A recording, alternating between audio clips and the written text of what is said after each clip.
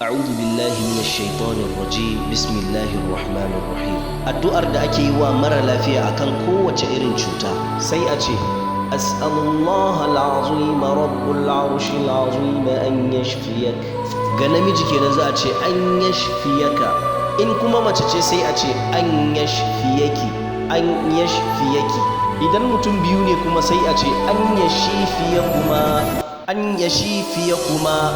In suka fi mutum biyu, misali daga biyu zuwa sama, sai a ce an yashfiyakun. A lura da kyau, akwai bambanci tsakanin an yashfiyakuma da kuma an yashfiyakun. Ana yin addu'ar ne ba tare da an tofa wa marar lafiyar ba, sannan ana so a yi addu'ar yayin da aka je gaida marar lafiya domin tambaya ko neman ƙarin bayani akan wasu cututtuka. Ana iya tuntuɓar mu ko tura mana saƙon WhatsApp ta wannan namba kamar haka: 081-03-37-30-96. Shirin likitan kaina yana zuwa muku ne kai tsaye daga cibiyar ba da magungunan musulunci da na gargajiya, wato Darul Thaqafa.